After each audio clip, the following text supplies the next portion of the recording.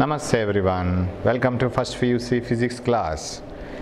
We have been studying about different equations of motion, right? Motion in a straight line, that is the chapter we are dealing with. Namaste, welcome to all. Yesterday we have seen a derivation, correct? That is how to get the equations of motion from the VT graph. We have to draw a graph for a particle moving with uniform acceleration, and then we have to get all the displacement, then acceleration by getting the slope, and displacement by getting the area. So finally we were able to get all the three equations: x equal to v naught t plus half a t squared, v square is equal to v naught square plus 2ax, and another equation is v equal to v naught plus at. So what you have to do is you have to write all these equations in big letters and put it in your room. Usually I suggest the students to put all these equations and paste it in front of the TV, because if you feel that you want to see the TV, then the first you will see the equation, right? You put the equation in such a way that you write it in a paper and put it in front of the TV. This is for just fun, I am saying, and you will see the equations first. Even your parents will look into the equations, and they will be knowing the equations, and they can ask you questions whether you know the equations or not. And whenever you want to see the TV, you paste it here, you can lift the paper and you can see the TV, right? So that means you need not do like this, but write all these things in a paper and write the equations in big letters, paste it in your room, the place where you usually want to see. So whenever you write and whenever you think of something, let that those equations be visible, because of course that is one way of remembering, but working out problems on these formulas itself is the best way of remembering the formula. Okay, now one minute, I will have to switch on one light so that you will get, otherwise it will not be enough, light will not be enough. Yeah, so remember the equations properly. Don't mix up the equations. Some people will mix up the equation, x equal to v naught squared plus 2ax, something like this. They will have their own hybrid equations. So that is not allowed. Equations should be proper. Equations of motion are v is equal to v naught plus at, which gives velocity after certain time t, and this doesn't contain x. If in the problem there is no question about displacement, then this is the equation. And x equal to v naught t plus half at squared, and this doesn't contain final velocity, no final velocity in this equation, and v square is equal to v naught square plus 2ax. This has no information about time. Last equation is not having time. So when time is missing, use this equation, and when you don't have final velocity or don't need final velocity, use this equation, and when you don't want displacement, use this equation. So every equation is unique, right? Now, so equation, and another thing is assignment. You are asking assignment, right? You write that, you derive that equation. I am not asking you to write the equations, the derivation 3 times. I don't ask you to write the derivation 3 times. I ask you to revise it 3 times. Learn the derivation first. Assume as if a question is asked for the exam. Say a question is asked, derive an equation for a particle traveling into the uniform acceleration, and derive the equation for displacement of the particle after time t. You have to derive this one, displacement after time t, or derive the equation for velocity after time t. This is the equation, and velocity after traveling certain distance. So if this is the equation for 5 marks, you'll have to draw a diagram, you have to give an introduction saying that a particle is moving with uniform acceleration, v naught is the initial velocity, v is the final velocity, t is the time taken, and all these things. After all, then taking the slope, taking the getting the area. So that's what you have to do. You have to write it without looking into the notes. In the beginning, you will have to learn it. How to learn? You have to see the derivation, study it, see what are the things, try to remind it in the brain, and then close the book, try to write it.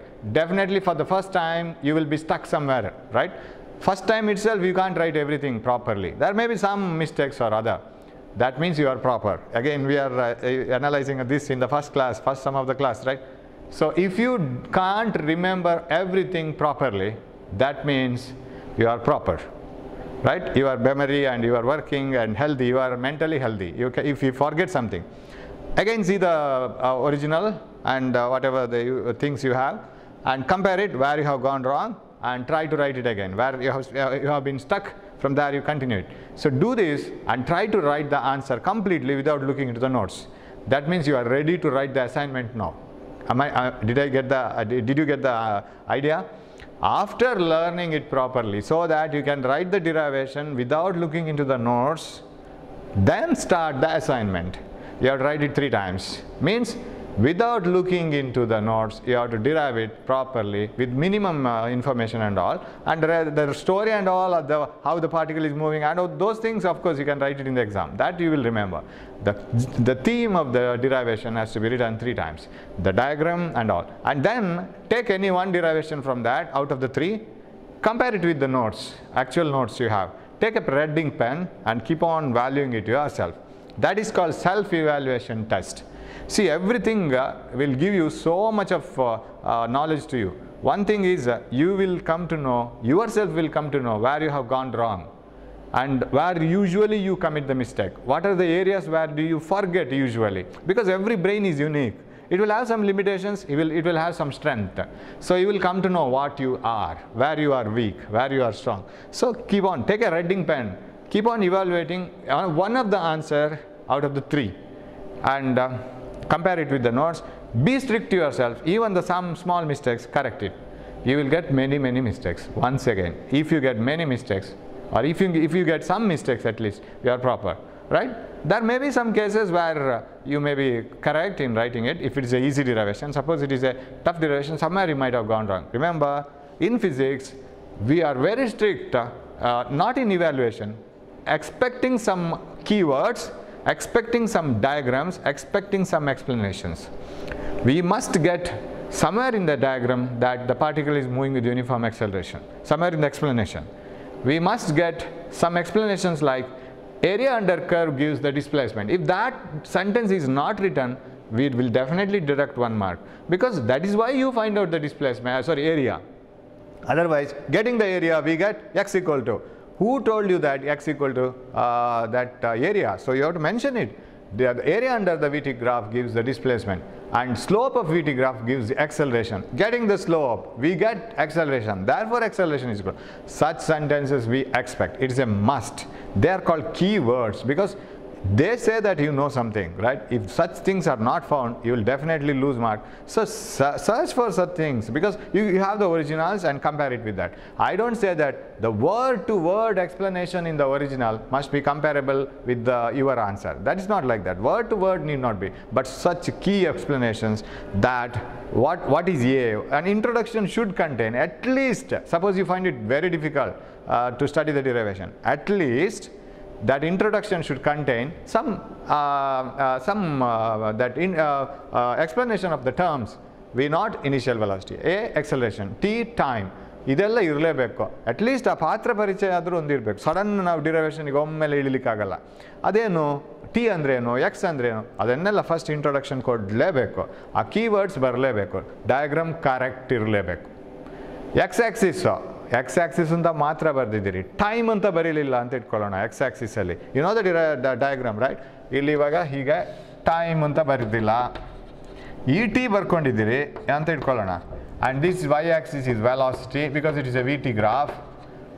ಇಲ್ಲಿ V naught V ಎಲ್ಲ ಬರೆದಿದ್ದೀರಿ, ಅದೆಲ್ಲ okay. Graph ಹೀಗಿದೆ, ಅದೆಲ್ಲ okay ಅಂತ ಇಟ್ಕೊಳ್ಳೋಣ. ಇದು ಬರಲಿಲ್ಲ, 1 ಮಾರ್ಕ್ ಕಟ್. ಇದೆಲ್ಲ ಕೀ, ಅದು ಬರಲೇಬೇಕು. ಯಾಕಂದರೆ ಆಫ್ಟರ್ ಇಂಟ್ರೊಡಕ್ಷನ್ ಎಲ್ಲ ಬರೆದಾದ್ಮೇಲೆ consider a particle moving with uniform acceleration, T be the time taken, X be the displacement, ಅದೆಲ್ಲ ಬರೆದಾದ್ಮೇಲೆ V T graph for the particle is shown like this ಅಂತ ಹೇಳಿದ ಮೇಲೆ ಎಲ್ಲಿ ವೆಲಾಸಿಟಿ ಎಲ್ಲಿ ಟೈಮ್ ಅಂತ ಹೇಳದೇ ಇದ್ರೆ wrong. You must mention that time is along X axis, velocity is along Y axis. It's a must. ಕಟ್ಟೆ ಅಲ್ಲೆಲ್ಲ ನಾವು ಯಾವುದೇ ಮುಲಾಜು ತೋರಿಸೋದಿಲ್ಲ. ಸ್ಟ್ರಿಕ್ಟ್ ವ್ಯಾಲ್ಯೂಷನ್ ಅಂದರೆ ಅಷ್ಟೇ. We expect something which is the key of the answer, whole of the answer. ಅದು ಬರಬೇಕು. Then ಆಗಲೇ ಹೇಳಿದಾಗೆ area under the graph gives displacement, ಆಮೇಲೆ ಏರಿಯಾ ತೆಗೆಯೋದು, and slope of the graph gives acceleration. ಇದೆಲ್ಲ mention ಮಾಡಲೇಬೇಕು. ಸೊ ಫೈನಲ್ ಆನ್ಸರ್ ಹೀಗೆಲ್ಲ mathematical steps ಸ್ವಲ್ಪ ಇದ್ದರೆ ಸಾಕು. Because in physics we don't expect all the mathematical steps. But ನಿಮ್ಗೆ ಕಷ್ಟ ಆಗೋದಾದರೆ ಎಲ್ಲ ಸ್ಟೆಪ್ಸ್ ಬರೀರಿ, ಮಲ್ಟಿಪ್ಲೈ ಮಾಡೋದು, ಡಿವೈಡ್ ಮಾಡೋದೆಲ್ಲ. Okay, that's how it is. So take a red ink pen Right, take one of the answers out of 3. Remember, ನೀವು ಏನು 3 times ಬರೆದಿದ್ದೀರೋ ಆ 3 times ಬರೆದದ್ದು ನೀವು ಕಲ್ತದ್ದಾಗಿರಬಾರ್ದು, ಕಲ್ತದ್ದು ಬೇರೆನೇ ಇರಬೇಕು. ವೆನ್ ಯು ಲರ್ನ್ ಇಟ್ ಡಿರೇಷನ್ ಕಲಿಯೋವಾಗ ನೀವು ನೀಟಾಗಿ ಬರಿಬೇಕಾಗಿಲ್ಲ, ಸುಮ್ಮನೆ ಒಂದು ಇಮ್ಯಾಜಿನ್ ಮಾಡ್ಕೊಳ್ಬೇಕು. ನಮ್ಗೆ ಗೊತ್ತು ಎಕ್ಸಲರೇಷನ್ ಅಲ್ಲೇ ಶಾರ್ಟಾಗಿ ಬರ್ಕೊಳ್ಳೋದು, ಅದೆಲ್ಲ ಎಕ್ಸ್ಪ್ಲನೇಷನ್ ಆಯಿತು. ಗ್ರಾಫ್ ಒಂದು ರಫ್ ಗ್ರಾಫ್, ಅದಕ್ಕೆ ಮತ್ತೆ ಸ್ಕೇಲ್ ತಗೊಂಡು ಕರೆಕ್ಟ್ ಸ್ಕೇಲನ್ನು ವರ್ಟಿಕಲ್, ಕರೆಕ್ಟ್ ಸ್ಕೇಲನ್ನು ಹಾರಿಜಾಂಟಲ್ ನಾಟ್ ನೀಡೆಡ್, ಸಿಂಪ್ಲಿ ಒಂದು ಗ್ರಾಫ್ ಹೀಗೆ ಬರಬೇಕು, ಇಲ್ಲಿ A B C D E and O and all, ಆಮೇಲೆ ಎಲ್ಲ ನೋಟ್ ಮಾಡಿಕೊಂಡು ರಫ್ ಆಗಿ ಬರಿಬೇಕು. ಇಕ್ವೇಷನ್ಸ್ ಮಲ್ಟಿಪ್ಲಿಕೇಶನ್ ನಿಮ್ಗೆ ಅರ್ಥ ಆದರೆ ಆಯಿತು. But once you study it, write it 3 times. That is how, at least 2 times. That makes you perfect. ಇದು ಈ ಥರ ಮಾಡಿದರೆ ಮಾತ್ರ. ಸರ್ ಹಾಗಿದ್ರೆ ನಾವು ಎಲ್ಲ ಡಿರೈವೇಷನನ್ನು ಹೀಗೆ ಕಲಿಬೇಕಾ? ಇಲ್ಲ, ಎಲ್ಲ ಡಿರೈವೇಷನ್ ಹೀಗೆ ಕಲಿಬೇಕಾಗಿಲ್ಲ. Study such derivations, different derivations, ಬೇರೆ ಬೇರೆ ಡಿರೈವೇಷನ್ಸ್ ಒಂದು 4-5 ಹಾಗೆ ಕಲೀರಿ. 6ನೇದು 7ನೇದು 8ನೇದು ಈವನ್ 5 ಕಲಿಯುವಾಗಲೇ ನಿಮಗೆ ಎಕ್ಸ್ಪೀರಿಯನ್ಸ್ ಆಗ್ಲಿಕ್ಕೆ ಶುರು ಆಗುತ್ತೆ. 6ನೇದು 7ನೇದು 8ನೇದು ಅಷ್ಟು ಫಾಸ್ಟ್ ಕಲಿಬೇಕು, ಅಷ್ಟು ಎಫರ್ಟಾಗಿ ಕಲಿಬೇಕಾಗಿಲ್ಲ. Easily you can follow. ಅದರ ಹಿಂದೆ ಕಲಿತ ಬೇಸ್ ಇದೆಯಲ್ಲ, ಅದು ಬೇರೆಯೇ ಡಿರೈವೇಷನ್ ಇರ್ಬೋದು, ಹಿಂದೆ ಕಲಿತ ಎಕ್ಸ್ಪೀರಿಯನ್ಸ್ ಇದೆಯಲ್ಲ, that helps you a lot to learn it. ಮತ್ತೆ ನೀವು ಫಾಸ್ಟ್ ಕಲಿತಾ ಹೋಗ್ತೀರಾ, ಯಾಕಂದರೆ ನಿಮ್ಮ ಬ್ರೈನ್ ಟ್ರೈನ್ ಆಗಿದೆ ಈಗ almost. Your brain has learned how to study. ನನ್ನ ಮನುಷ್ಯ ಇದನ್ನೇ ಕಲಿತಾ ಇದ್ದಾನೆ, ನನ್ನ ಹುಡುಗ ಇದನ್ನು ಕಲಿತಾ ಇದ್ದಾನೆ, ನನ್ನ ಹುಡುಗಿ ಇದನ್ನು ಕಲಿತಾ ಇದ್ದಾಳೆ, ಇನ್ನು ಮುಂದೆ ನಾನು ಈ ಥರ ಯೋಚನೆ ಮಾಡಬೇಕು ಅಂತ ಬ್ರೈನೇ ಟರ್ನ್ ಆಗುತ್ತಾ ಹೋಗುತ್ತೆ. You are training your brain. ಇದಕ್ಕೆಲ್ಲ ಈ ಲೆವೆಲ್ಗೆ ಬರಬೇಕು ನಾವು. So you must be able to write it properly. Sir ಇದೆಲ್ಲ ಯಾಕೆ ಸರ್, ನೀವು ಯಾಕೆ ಸರ್ ನಮಗೆ ಅದಷ್ಟನ್ನು ಕಲಿಸ್ತೀರಾ? Because finally whatever the score that you have in the examination that counts.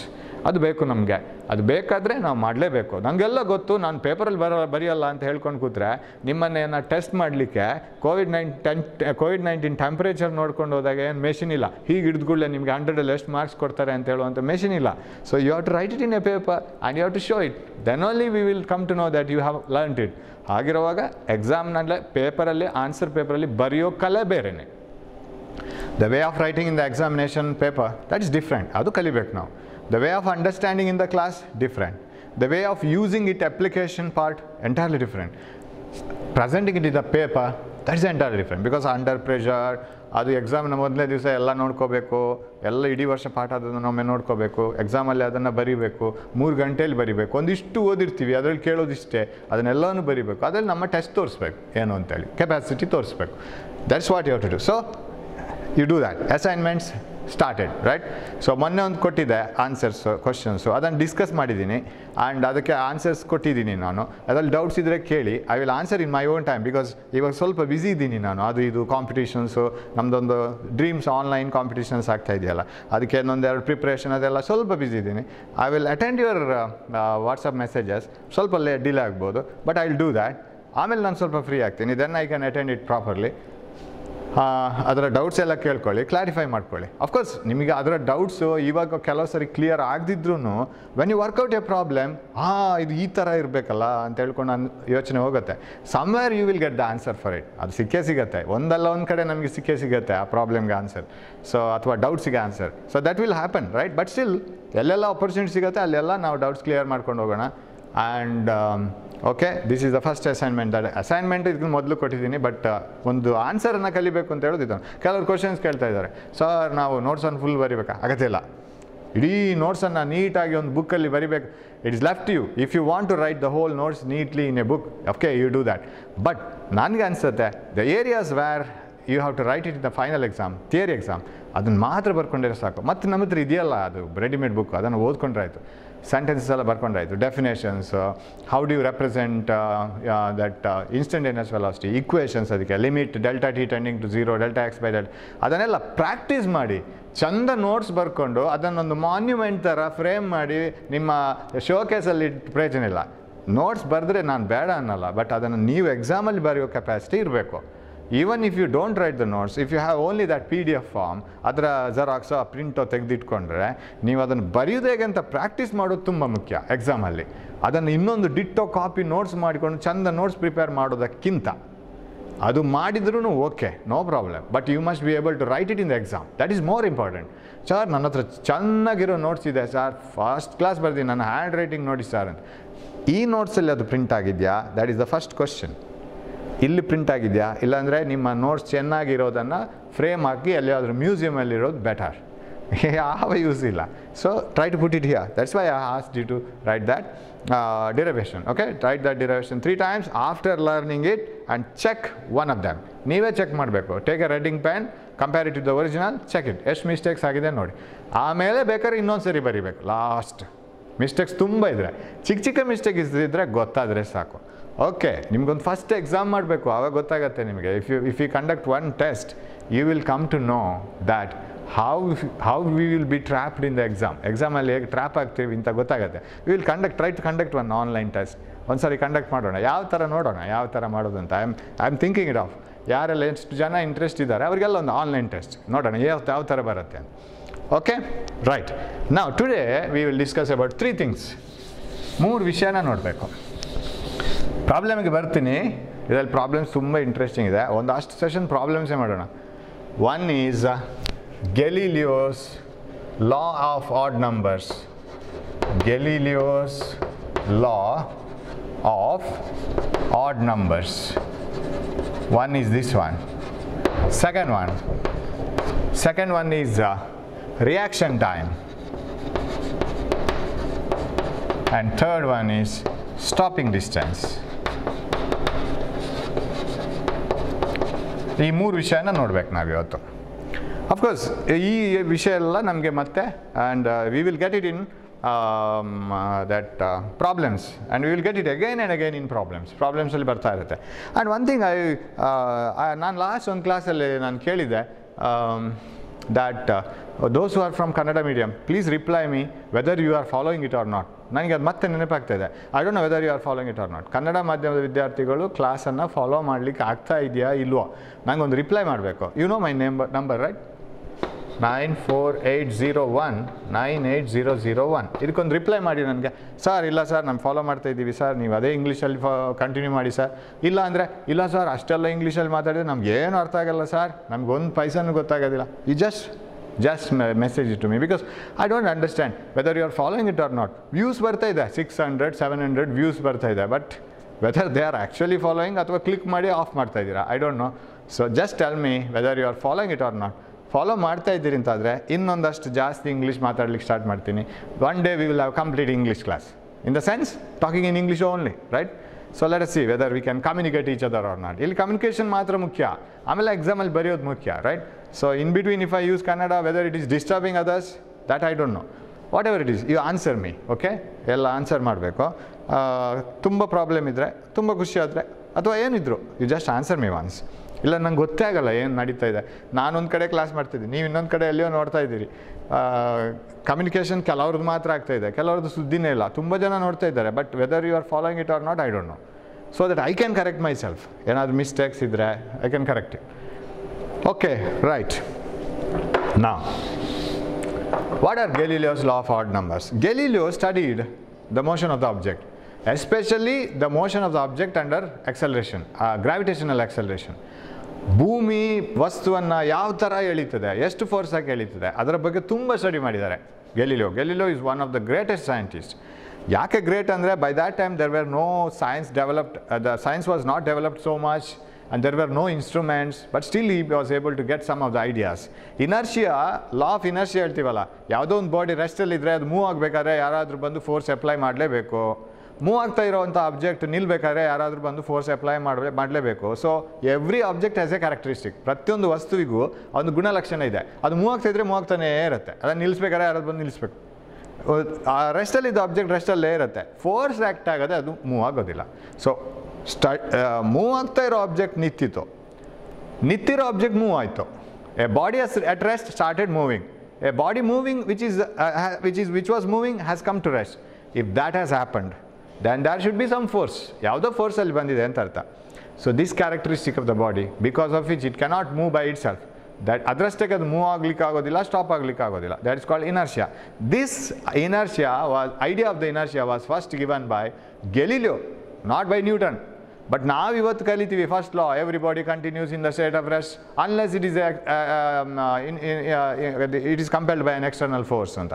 ಹೊರಗಿನ ಬಾಹ್ಯ ಬಲವಿಲ್ಲದೆ ಅದು ಒಂದೊಂದು ನಿಲ್ಲುವುದಿಲ್ಲ, ಅದು ಮೂವ್ ಆಗೋದಿಲ್ಲ. ಅದನ್ನು ನಾವು ನ್ಯೂಟನ್ಸ್ ಫಸ್ಟ್ ಲಾ ಅಂತ ಕರಿತೀವಿ. But Newton gave that law on the basis of the study of Galileo. Galileo ಏನು ಹೇಳಿದ್ರು ಅದರ ಮೇಲೆ ನ್ಯೂಟನ್ ಹೇಳಿದ್ದು.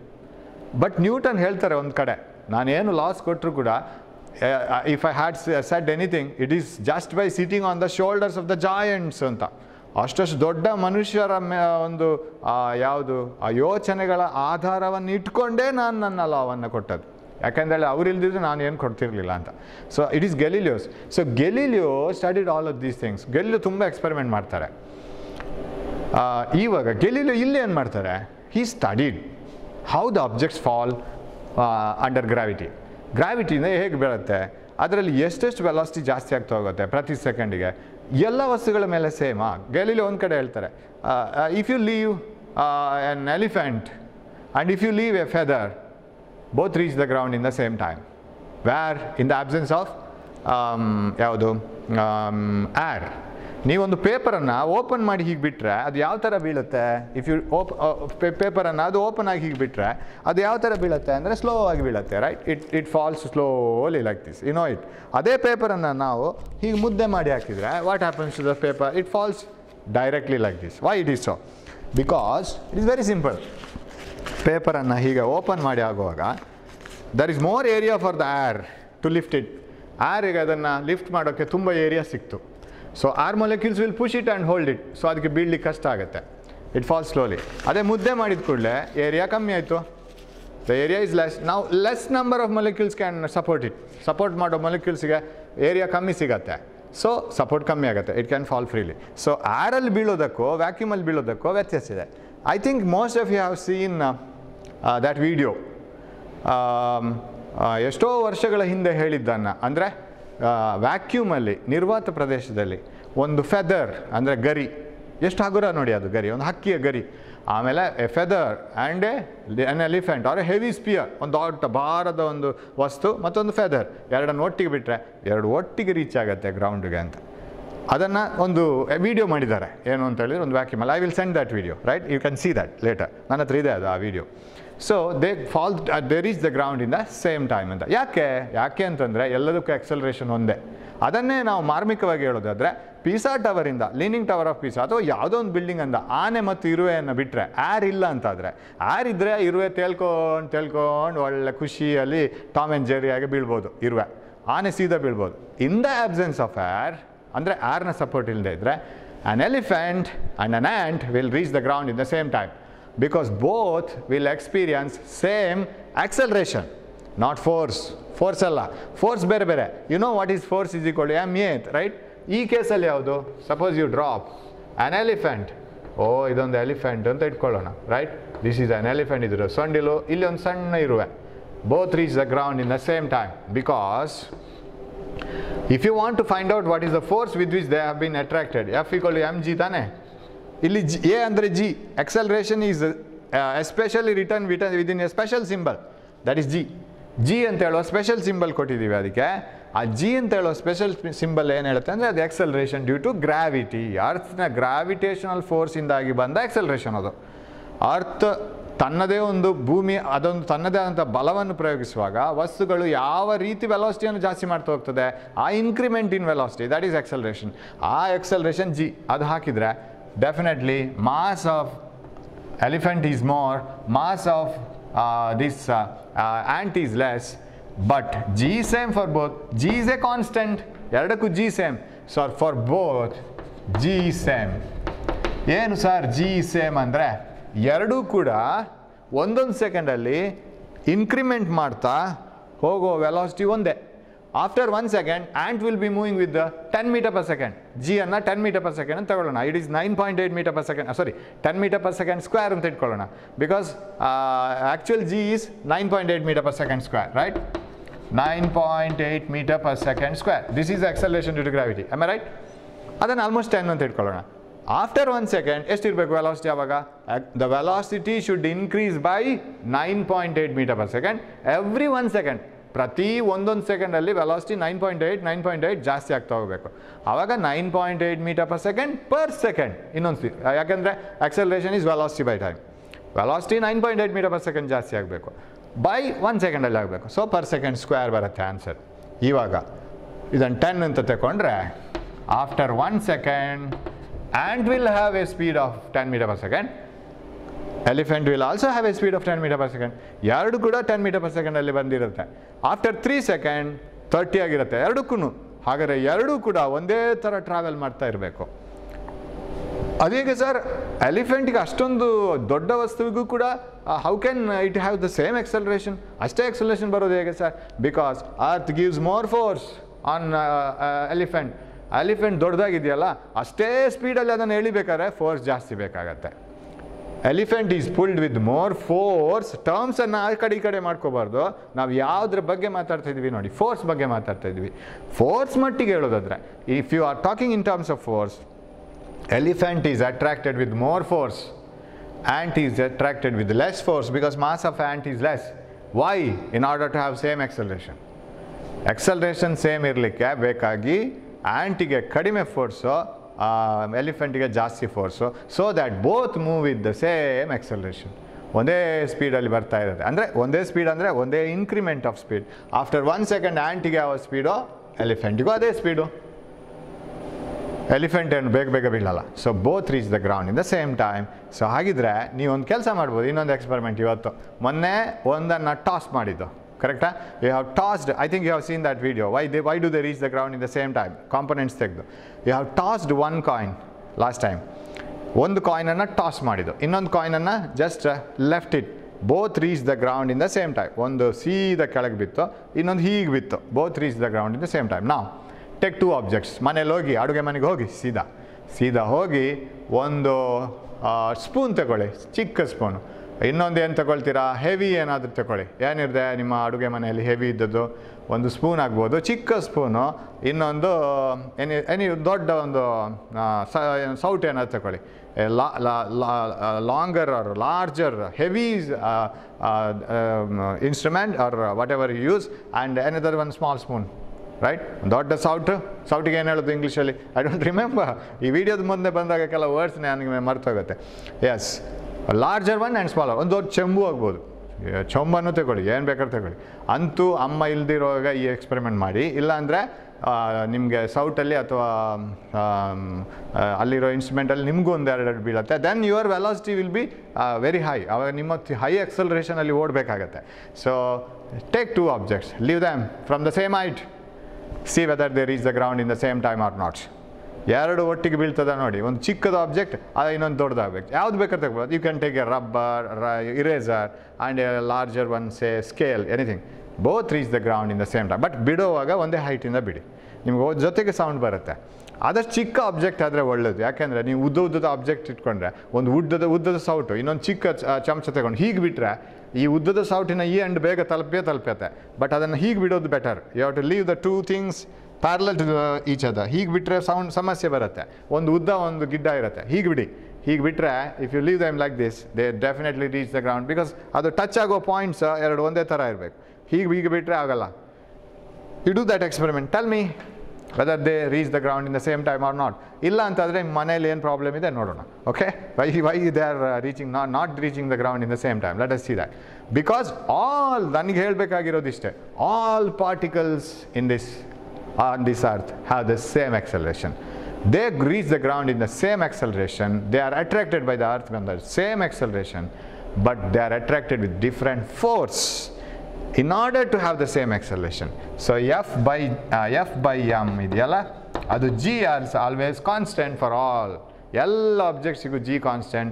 And you have to test it with in the absence of air. But ನಿಮ್ಮ ಚಮಚ ಮತ್ತು ಸ್ಪೂನ್ ಮತ್ತು ದೊಡ್ಡ ಒಂದು ಸೌಟಿಗೆ ಇದೆಲ್ಲ ಏರ್ ರೆಸಿಸ್ಟೆನ್ಸ್ ಎಲ್ಲ ದೊಡ್ಡ ಕೌಂಟ್ ಆಗಲ್ಲ. ಒಂದಿಷ್ಟು ಹೈಟಲ್ಲಿ ಸ್ವಲ್ಪ ಏರ್ ರೆಸಿಸ್ಟೆನ್ಸ್ ಇರುತ್ತೆ, ನಿಮಗೆ ಅದು ಡಿಫ್ರೆನ್ಸ್ ಹೆಚ್ಚು ಬರಲ್ಲ.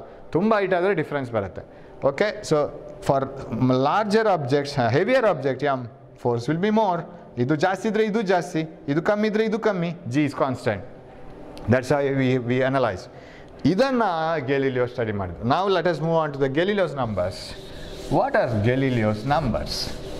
Very simple. Galileo's numbers are like this. You see, you use this equation. When the object moves with uniform acceleration, ನಾವು ಡ್ರಾಪಿಂಗ್ ಆಬ್ಜೆಕ್ಟೇ ತಗೊಳ್ಳೋಣ. ಒಂದೇ ರೀತಿ ಎಕ್ಸಲರೇಷನಲ್ಲಿ, ಒಂದೇ ರೀತಿ ವೆಲಾಸಿಟಿಯನ್ನು ಜಾಸ್ತಿ ಮಾಡ್ತಾ ಕಮ್ಮಿ ಮಾಡ್ತಾ ಹೋಗೋ ಆಬ್ಜೆಕ್ಟ್ಸಿಗೆ ಬೆಸ್ಟ್ ಎಕ್ಸಾಂಪಲ್ ಅಂದರೆ any object which is falling freely.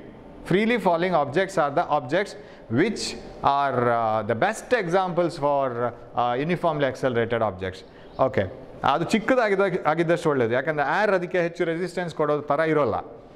Now you consider an object falling freely like this, right? Let it be dropped here. What do you mean by dropping? Initial velocity is 0 at the 0th time. V naught, not ಅಂದರೆ 0 ಅದು. Not represents 0th time anta. Velocity 0 antalla. V naught represents velocity 0 antalla. Velocity at the time 0. Okay. So 0 meters per second. And after 1 second, you know what will be the velocity, right? Ee tara aagta hogutte. Say it is traveling for 1 second. 2 seconds aguvaga ಇಲ್ಲಿ ಬಂತು ಅಂತ ಇಟ್ಕೊಳ್ಳೋಣ. 3 seconds aguvaga ಇಲ್ಲಿ ಬಂತು ಅಂತ ಇಟ್ಕೊಳ್ಳೋಣ. 4 seconds aguvaga ಇನ್ನೂ ಕೆಳಗಡೆ ಹೋಗಿರುತ್ತೆ. Now, what is the distance traveled? Since it is y-axis, now in distance, and when you represent the distance, we will use the term x and y. X is along x-axis, y is along y-axis. Y ಅನ್ನೋ distance ಅಂತ ತಗೋಬೋದು, no problem. y ಅನ್ನು ನಾವು X Y variables ಯಾರು ಹೇಗೆ ಬೇಕಾದ್ರೂ use ಮಾಡ್ಕೋಬೋದು X ಮತ್ತು ವೈ ಅನ್ನು. ಅದೊಂದು ಪಾತ್ರ ತಗೊಂಡ್ರೆ, suppose you take a small vessel, ಅದ್ರಲ್ಲಿ ನೀರು ಹಾಕ್ಬೋದು, ಹಾಲು ಹಾಕ್ಬೋದು, ಜೇನು ಹಾಕ್ಬೋದು, anything you can fill, right? Similarly X ಮತ್ತು ವೈ ಫ್ರೀ ಆಗಿವೆ. ಸರ್ ನನಗೊಂದು ಅನ್ನೋನ್ ಕ್ವಾಂಟಿಟಿ ಅನ್ನೋ ಒಂದು ಪ್ರಾಬ್ಲಮೆಲ್ಲ ಹೇಳಬೇಕು sir, X number of students went to a school ಅಂತ ಹೇಳಿದರೆ ಎಕ್ಸ್ ಹೇಳುತ್ತೆ I am the number of student ಅಂತ. ಎಕ್ಸ್ ಮತ್ತು ವೈ ಯಾವುದಕ್ಕೂ flexible. So Y is the distance travel ನಾವು.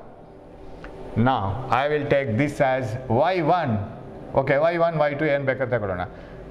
y1 is the distance traveled in first 1 second. y2 is the distance traveled in the first 2 seconds. y3 is the distance traveled in the first 3 seconds. ಇಲ್ಲಿ ಭಾರಿ important mention ಒಂದಿದೆ, ಏನು ಅಂದರೆ distance travelled in the 3rd second ಮತ್ತು 3 seconds ಅಂತ. English words, ತುಂಬ ನಾಜೂಕಿನ words ಅದು. What is the distance travel in 3 seconds? ಹಾಗೆಂದರೆ ನೀವೇನು ಹೇಳ್ತಾ ಇದ್ದೀರಿ? 8 ವರ್ಷದ, ಸಾರಿ, ನಿಮ್ಗೆ ಎಷ್ಟಾಯ್ತು ಈಗ ಏಜ್? ಒಂದು 15-16, ರೈಟ್? 15 ವರ್ಷದಲ್ಲಿ ನೀವೇನು ಮಾಡಿದ್ರಿ ಅಂತ ಹೇಳೋ ಒಂದು ಕ್ವಶನ್ಗೂ 15ನೇ ವರ್ಷದಲ್ಲಿ ನೀವೇನು ಮಾಡಿದ್ರಿ ಅನ್ನೋ ಕ್ವಶನಿಗೂ ಡಿಫ್ರೆನ್ಸ್ ಇದೆ. We will come to that later. ಅದ್ರ ಬಗ್ಗೆ ಡಿಸ್ಕಷನ್ ಮತ್ತೆ ಮಾಡೋಣ. 15ನೇ ವರ್ಷ ಮಾಡೋದಕ್ಕೂ 15 ವರ್ಷ ಮಾಡೋದಕ್ಕೂ, what did you do in 15 years? What did you do in 15th year? Can you note down the difference? ಏನು ಡಿಫ್ರೆನ್ಸ್ ಇದೆ? That we will see later. what are the activities done by you in 15 years? What are the activities done by you in the 15th year? So the difference is there. Okay, this is the distance traveled in first 1 second, total 2 seconds, total 3 seconds distance. How can you write the equation? I think you can see it here. Which equation you have to use? X equal to v naught t plus half a t square, correct? Here a is g, acceleration due to gravity g ಆಗುತ್ತೆ. And ಆಮೇಲೆ ಇಲ್ಲಿ ಒಂದು convention ತಗೊಳ್ಳಿಕ್ಕಿದೆ. ನಾವು ನಮ್ದು ಎಲ್ಲ X axis Y axis principal, ನಮ್ಮದು coordinate system ಇದೆಯಲ್ಲ, ಈ ಥರ ಬರೋದೆಲ್ಲ ಪಾಸಿಟಿವ್, ಈ ಥರ ಬರೋದೆಲ್ಲ ಪಾಸಿಟಿವ್, ಈ ಥರ ಬರೋದೆಲ್ಲ negative, right? Understood? This is plus axis, this is minus axis. So ಕೆಳಗಡೆ ಬರೋದೆಲ್ಲ ನೆಗೆಟಿವ್, ಇಲ್ಲಿ ಬಂದರೂ ಅಷ್ಟೇ, ಅದು ಕೆಳಗಡೆ ಬಂದರೆ negative. All the upward directions are taken positive because they are in along the positive Y axis. Plus Y ಆಕ್ಸಿಸಲ್ಲಿ ಇರೋದು ಅಂದರೆ ಮೇಲ್ಗಡೆ ಮುಖ ಮಾಡಿರೋದೆಲ್ಲ ಪಾಸಿಟಿವ್, ಕೆಳಗಡೆ ಡೈರೆಕ್ಷನ್ ಇರೋ vectors, downward direction vectors are all negative. Plus axis ನಿಮಗೆ ಪ್ಲಸ್ ಆಕ್ಸಿಸ್ ಇದಾಗುತ್ತೆ, plus Axis direction are all positive, minus axis direction are all negative. ಹಾಗೆ ತಗೊಂಡ್ರೆ you see all the objects are coming downwards, right? Okay, ನಾವು we will find out why. Of course ಇಲ್ಲಿ ಕೆಲವು ನಿಮಗೆ doubts ಬರ್ಬೋದು, sir ಹೀಗೆ ಹೇಳಿದ್ರು ಹೀಗೆ ಮಾಡಿದ್ರು ಯಾಕೆ ಅಂತ. ಅದು ಪ್ರಾಬ್ಲಮ್ ಮಾಡುವಾಗ ಅರ್ಥ ಆಗುತ್ತೆ. Now I will use x equal to v naught t plus half a t square. What is y1? I will take y1 ಎಷ್ಟು ಅಂತ ನಾನು ನೋಡ್ತೀನಿ. ಇದನ್ನು ಸೈನ್ ಕನ್ವೆನ್ಷನ್ಸ್ ಅಪ್ಲೈ ಮಾಡಿದೇನೆ ಡೈರೆಕ್ಟ್ ಅಪ್ಲೈ ಮಾಡೋಣ ಇವಾಗ. See let us not apply the sign conventions. ಅದು ಮತ್ತೆ ನೋಡೋಣ. Now what is the distance travelled in the first 1 second? First 1 second ಅಲ್ಲಿ ಎಷ್ಟು ಡಿಸ್ಟೆನ್ಸ್ ಟ್ರಾವೆಲ್ ಮಾಡಿರುತ್ತೆ ನೋಡೋಣ. How do you write it? What is x now? y1 is it not? X ಅಂದರೆ general term. Now x stands for the distance travelled in the first 1 second, 0 to 1. ಅದೆಷ್ಟಾಯಿತು? ಅದನ್ನು ಹಾಕಬೇಕಿದ್ರೆ y1 is equal to initial velocity 0 because I have dropped a ball. ಬಾಲನ್ನು drop ಮಾಡಿದ್ದೀನಿ ಇವಾಗ ಹೀಗೆ. So since I have dropped, when I drop it, its velocity 0 ಇರುತ್ತೆ ಅದು initial. So 0 plus ಇದು initial velocity 0 ಆದ ಕಾರಣ ಹಾಫ್ ಸೊ ಇದನ್ನು ನಾನು ಜನರಲ್ ಆಗಿ ತಗೊಳ್ಳೋದಾದರೆ ಓಕೆ ಈ ಥರನೂ ತಗೋಬೋದು. half a is g because any freely falling body will fall with the acceleration g, half g t square. Okay, so y1 is equal to, so I will draw a line here, y1 is equal to half gt square. Okay, ಇದು 1 square ಆಗಬೇಕು. So shall I take it as t seconds, ಅದು 1 ಆಗಬೇಕಾಗಿಲ್ಲ, t ಅಂತ ತಗೊಳ್ಳೋಣ. ಇದು 2t ಆಗುತ್ತೆ ಆಗ, right, ಇದು 3t ಆಗುತ್ತೆ. ಅಂದರೆ ಅದು ಯಾವ ಟೈಮ್ಗೂ ಆಗುತ್ತೆ ಅಂತ. ಫಾರ್ ಎಕ್ಸಾಂಪಲ್ ಇದು ಇಫ್ ದಿಸ್ ಈಸ್ 5 seconds, ಇದು 10, ಇದು 15, ಇಲ್ಲಿಂದ ಇಲ್ಲಿಗೆ 15 seconds, ಇಲ್ಲಿಂದ ಇಲ್ಲಿಗೆ 10 seconds, ಇಲ್ಲಿಂದ ಇಲ್ಲಿಗೆ 5 seconds. ಸೊ ಅದು ಡಬಲ್ ಟ್ರಿಪಲ್ ಆಗ್ತಾ ಹೋಗ್ತಾ ಇದೆ ಅಂತ ಅರ್ಥ. ಅದು 1 second ಆಗ್ಬೋದು, 2 seconds, ಅದು 3, 6, 9 seconds ಆಗ್ಬೋದು. ಅಂಥದ್ರೆ double multiple, triple multiple, 4 times ಆ ಥರ ಆಗಬೇಕು. So half gt square. y1 is the distance travelled in the first t seconds, that means first 5 seconds say. Then what is the distance travelled? Half gt square. Now what is y2? Distance travelled in the total 2t seconds. 1 second ನಮ್ಮ t ಅಂತ ಆದರೆ 2 seconds ಆಗುತ್ತೆ. 5 second ನಮ್ಮದು t ಅಂತ ಆದರೆ period ಆದರೆ 10 seconds ಆಗುತ್ತೆ. What is the time distance travel in the 10 seconds ಅಥವಾ 2t ಟೈಮ್ ಮತ್ತೆ ಬರಿಬೇಕು y2. What is y2? y2 is equal to v0, ಅದು ಮತ್ತೆ 0, ಇಲ್ಲಿಂದಲೇ ಸ್ಟಾರ್ಟು ಇಲ್ಲಿವರೆಗೆ. Total distance travel in the first 2 seconds 0 plus half acceleration ಎಲ್ಲ ಕಡೆನೂ same. acceleration due to gravity everywhere is same. It is increasing its velocity by the same amount. 9.8 ಜಾಸ್ತಿ ಮಾಡ್ತಾ ಹೋಗುತ್ತೆ g, but time ಈಗ ತಗೊಂಡಿದ್ದು 2t whole square. What is this? y2 is equal to half g t square 4 times. Am I right? half g t square 4 times. Am I right? half g ಇಲ್ಲಿ 4t square ಬರಬೇಕು, whole square ಬರಬೇಕು 4. Okay, this is equation 1, this is equation 2. Okay, y3 ನೋಡೋಣ. What is y3? y3 is the distance travelled in 3 times the first interval. First interval ನ 3 times means first interval 5 seconds ಆದರೆ 15 seconds ಅಲ್ಲಿ ಹೋದ ದೂರ ಎಷ್ಟು. First interval 2 seconds ಆದರೆ 6 seconds ಅಲ್ಲಿ ಹೋದ ದೂರ ಎಷ್ಟು. ಫಸ್ಟ್ ಇಂಟರ್ವಲ್ 1 second ಆದರೆ 3 seconds ಅಲ್ಲಿ ಹೋದ ದೂರ ಎಷ್ಟು. What is the distance travelled in the first 3 intervals of time? 3t seconds. y3 is equal, again the same equation, 0 plus, correct, v0 0, ಇಲ್ಲಿಂದಲೇ ಡ್ರಾಪ್ ಮಾಡಬೇಕು. 3 seconds ಅಲ್ಲಿ ಎಷ್ಟು ಬರುತ್ತೆ ನೋಡಬೇಕು, 15 seconds ಅಲ್ಲಿ ಎಷ್ಟು, ಅಂದರೆ ಎಲ್ಲ ಇಂಟರ್ವಲ್ ಒಂದೇ ಥರ ಇರಬೇಕು. Half g 3 times the first interval whole square, y3 is equal to, ಇದು 9t square ಆಗುತ್ತೆ, half gt square into 9, right, half gt square into 9. This is half gt square into 9, this is half gt square into 4, this is half gt square into 1. ಇವಾಗ next time ಅಂದರೆ 5 seconds ನ gap ಅಂತಂದರೆ first 5 seconds ಅಲ್ಲಿ ಹೋದ distance, next total 10 seconds ಅಲ್ಲಿ ಹೋದ distance, next 15 seconds ಅಲ್ಲಿ ಹೋದ ಡಿಸ್ಟೆನ್ಸು, ನೆಕ್ಸ್ಟ್ ಇದು ಎಷ್ಟು ಬರುತ್ತೆ 20 seconds ಅಲ್ಲಿ ಹೋದ ಡಿಸ್ಟೆನ್ಸ್, ಅಂದರೆ 5 seconds ನ 4 times. What is the distance travel in 4 times 5 seconds, that is 20 seconds. ಆವಾಗ ಏನಾಯಿತು, ಕ್ಯಾನ್ ಯು ರೈಟ್ ಇಟ್? ಇದು 2, ಇದು ಸಾರಿ ಇದು 1 square, ಇದು 2 square, ಇದು 3 square, ನೆಕ್ಸ್ಟ್ ಇದು ಅದು 4 square ಆಗಿರಬೇಕು. Am I right? y4 distance travel in the 40 seconds, right? y3 is equal to, y4 is equal to half g t square into 16 ಬರಲೇಬೇಕು. I think hope you can follow this, right? 16t square ಬರಬೇಕು. ಇವಾಗ ನನಗೇನು interest ಇಲ್ಲಿ ಅಂದರೆ, I am interested in this thing. ಇದನ್ನು ಮಾಡಿ ನಿಲ್ಲಿಸ್ತೀನಿ. Actually ಇವತ್ತು ಪಾಠ ಆಗಿದ್ದು ತುಂಬ ಕಮ್ಮಿ, ನಮ್ಮದು ಹರಿಕಥೆನೇ ಜಾಸ್ತಿ ಆಯ್ತು ಇವತ್ತು, ಅದು ಇದು ಅಂತ ಹೇಳ್ಕೊಂಡು. Whatever it is, we have given so much of information, ಅದು ತುಂಬ ಅಗತ್ಯ. ಓಕೆ, ಇವಾಗ I want what is the distance travelled in the first interval. First ಇಂಟರ್ವಲಲ್ಲಿ ಮಾತ್ರ ಬೇಕು 0 to 1 second, that we have already. y1 is equal to half gt square, ಅದಿದೆ. Next ಇಂಟರ್ವಲಲ್ಲಿ ಎಷ್ಟು ಅಂತ ಬೇಕು. What you mean by next interval? Next 5 ಸೆಕೆಂಡಲ್ಲಿ, 0 to 10 ಸೆಕೆಂಡಲ್ಲಿ ಬೇಡ, distance travel in the next 5 seconds. ಅವಾಗೇನು ಮಾಡಬೇಕು? That means I want the distance. Okay, then 5 seconds 10 seconds ಅಂತಲೇ ಮಾಡುವ, ರೈಟ್? ದಿಸ್ ಈಸ್ 15 seconds, ಹಾಗೇನೆ ಮಾಡೋಣ. ನೆಕ್ಸ್ಟ್ 5 seconds 5 to 10 ಮಾಡಬೇಕಿದ್ರೆ you have to subtract this one. Am I right? y2 minus y1. So what is y2 minus y1? y2 minus y1 is 4 half gt square minus half gt square. Direct ಮಾಡೋಣ. 4 times half is gt square, 1 half gt square.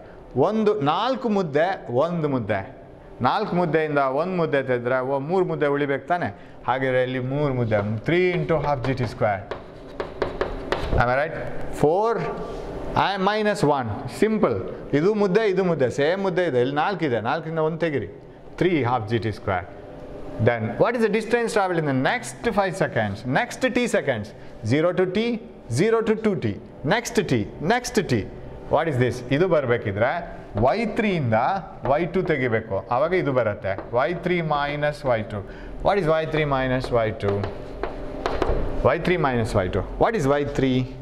y3 is 9 half gt square, 4 half gt square. 9 ಮುದ್ದೆ 4 ಮುದ್ದೆ, 9 ಮುದ್ದೆ 4 ಮುದ್ದೆ ತೆಗೆದ್ರೆ 5 ಮುದ್ದೆ. Half gt square 1 ಮುದ್ದೆ, 5, right? You see, this is 1 half gt square, 3 half gt square, 5 half gt square. What may be the distance traveled from 15 seconds to 20 seconds in the next 3t to 4t? 3 times the initial time, 4 times the initial time. ಅದರ ಗ್ಯಾಪಲ್ಲಿ ಎಷ್ಟಿರ್ಬೋದು? That is another ಮಾಡಬೇಕು. ಅದು ಎಷ್ಟು ಬರುತ್ತೆ?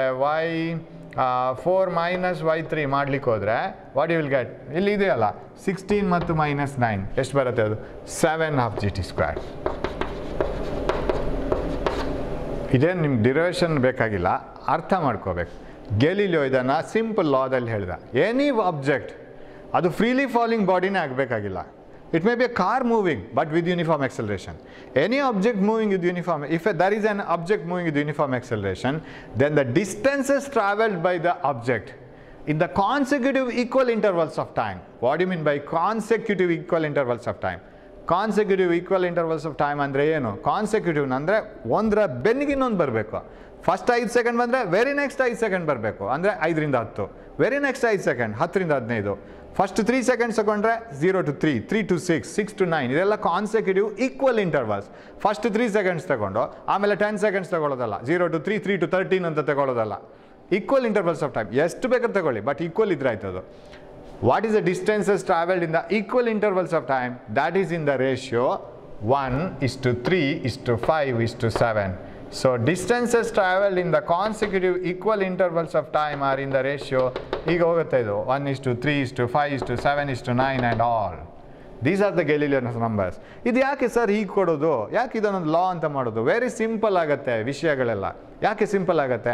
ಇವಾಗ already ಕೊಟ್ಟಿದ್ದಾರೆ ಅಂತ ಇಟ್ಕೊಳ್ಳಿ. ಒಂದು ಆಬ್ಜೆಕ್ಟ್ ಫಸ್ಟ್ ಸೆಕೆಂಡಲ್ಲಿ it travels a distance of 10 meters ಅಂತ ಇಟ್ಕೊಳ್ಳೋಣ. ಯಾವುದೋ ಒಂದು ಫ್ರೀಲಿ ಫಾಲಿಂಗ್ ಅಲ್ಲ, ಯಾವುದೋ ಒಂದು an object moving with uniform acceleration travels 10 meters in the first second. ಅದು 5th ಸೆಕೆಂಡಲ್ಲಿ ಎಷ್ಟು ಹೋಗಿರ್ಬೋದು? 5th ಸೆಕೆಂಡ್ ಅಂದರೆ 5 times the first second, right? 5th ಸೆಕೆಂಡಲ್ಲಿ ಅದು ಎಲ್ಲಿ ಬರುತ್ತೆ? 1:3:4 ಇಲ್ಲಿ ಬರಬೇಕು, ರೈಟ್? 5th ಸೆಕೆಂಡಿಗೆ ಬರುವಾಗ ಅದು 1 2 3 4 5. 5th ಸೆಕೆಂಡಿಗೆ ಬರುವಾಗ 9 times ಹೋಗಿರಬೇಕು. Am I right? 9 times the first second distance. First second distance 10 meters ಆದರೆ 9 times 90 meters ಹೋಗಿರಬೇಕು. ಅಫ್ಕೋರ್ಸ್ ಈಗ ಸ್ವಲ್ಪ ಕಷ್ಟ ಆಗ್ಬೋದು. We will discuss it in detail in the next class. So Galileo's law of odd numbers says that distances traveled by an object in the consecutive equal intervals of time must be in the ratio for an object moving with uniform acceleration. ಅದಿರಲೇಬೇಕು. They are in the ratio 1:3:5:7:9. That means if 1 is the distance traveled in the first second, next second it is 3 times more. In the next second 5 times more. Next second ಹೀಗಾಗ್ತಾ ಹೋಗುತ್ತೆ. ಅದು consecutive equal intervals of time ಆಗಿದ್ರೆ ಆಯ್ತು. We will discuss about this again. ಮತ್ತೆ next ಕ್ಲಾಸಲ್ಲಿ ಮಾಡ್ತೀನಿ ನಾನು ಇದನ್ನು. So this is one area where you have to see. ಇದೆಲ್ಲ ನಮಗೆ ಶಾರ್ಟ್ಕಟ್ಟಲ್ಲಿ ಪ್ರಾಬ್ಲಮ್ ಮಾಡಲಿಕ್ಕೆ ಯೂಸ್ ಆಗುತ್ತೆ. ಗೆಲಿಲಿಯೋ ಅವತ್ತು ಹೇಳಿದ ಐಡಿಯಾ ಇವತ್ತು ಶಾರ್ಟ್ಕಟ್ಟಿಗೆ ಯೂಸ್ ಆಗೋದು.